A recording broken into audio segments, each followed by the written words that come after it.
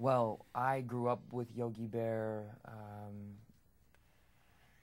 just like Dan did, so uh, that was, when I was approached about the project, I immediately, I had all these flashbacks of watching Saturday morning cartoons and seeing Yogi Bear and imitating the voice of Yogi Bear and Boo Boo, and so it seemed like just a fun time, and it's got a great message for kids. So you feel like you're able to entertain and hopefully inspire a young mind at the same time. Well, as a kid growing up in Hull, Quebec, Canada, when the light was fading after my walk home from school, Yogi Bear was effectively the family fireplace. It was the warmth in the family, and my brother and I used to turn it on and watch it every Wednesday at 4 o'clock. And so, to me, it was always a part of me. And when the opportunity came to play the part in the film, I felt a sense of, first of honor and then responsibility to really make it the high quality piece of entertainment that it was in the beginning when it was first created. And we had a lot of responsibility because we had to widen the format, had to serve a new script, and had to build sort of the characters from our own perception of them. I think that with Eric's direction and the way it all came out, I'm very proud of it. It came together beautifully.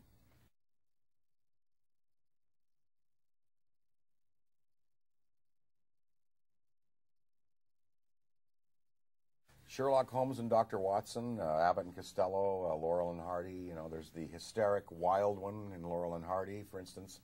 The bombastic one, the one who's out front, and then there's the more recalcitrant, taciturn, calming influence, and that's definitely what Boo Boo supplies to Yogi. Is if he's Dr. Watson to my Holmes.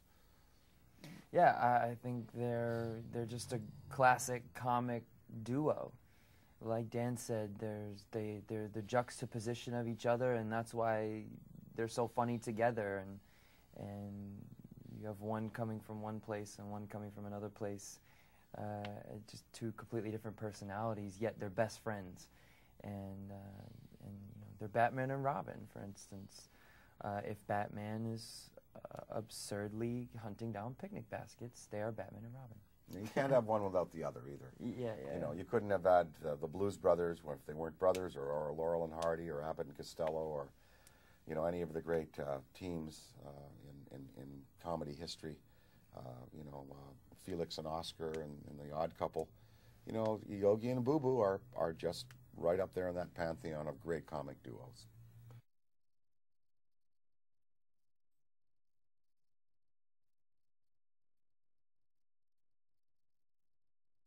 Normally, when you do any voice work in an animated film, you're working by yourself and you really don't have anything to draw off of. You're kind of tossing out a lot of ideas, you're throwing different things at the wall and seeing what sticks. But it can be very isolating.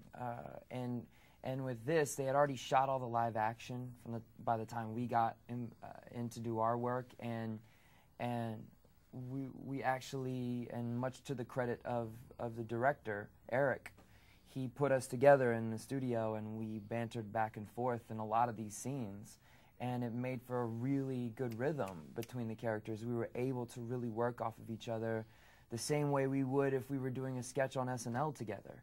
Or a scene in a movie. Or a scene in a movie Sure. together. So it was a lot of fun to do it that way, and I think the movie and the comedy benefited from that process.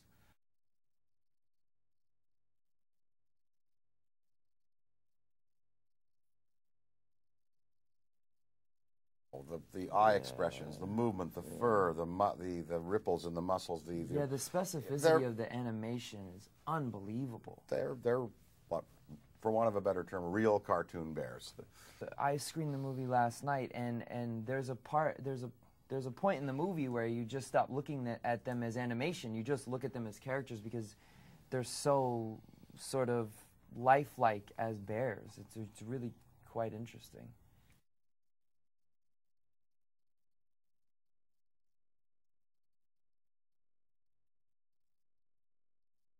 You know, Hanna-Barbera has a history of creating iconic animated characters, so you know, I think it's much to their credit. You know, they created these characters, and I think that's you know, their story is a story of friendship, and I think that's why it's a good relative for people to latch onto.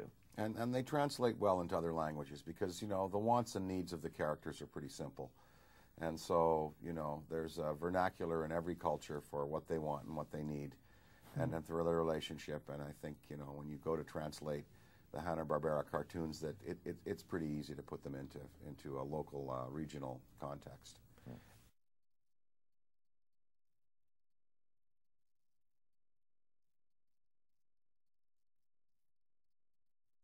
Definitely. Absolutely. I think it's, well, first of all, the parents that will be taking the kids to see the movie, the parents that will be taking And their grandparents. kids, yeah, and grandparents, they'll be taking their kids to see the movie.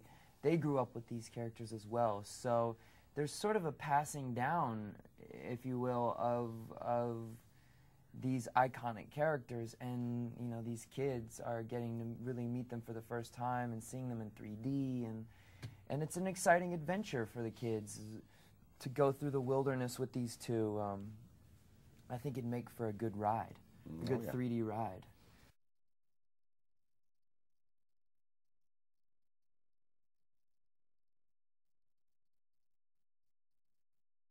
Absolutely, and it's a huge win. I think for Warner Brothers and the movie, that you know, in the age of technology, why not use a little bit of technology to speak to young people about the importance of our parks, because once they're gone forever.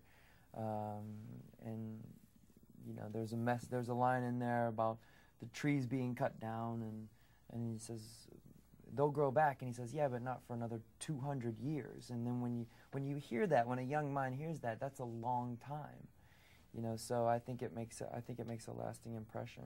Mm-hmm. Yeah. Well, I maintain that, you know, we are in a generation with technology taking over, and that kids would do very well with their families to put the laptops and the computers and the Blackberries and phones up for at least 3 or 4 days every month and just go away and get out into nature. And I hope maybe the movie inspires people to do that.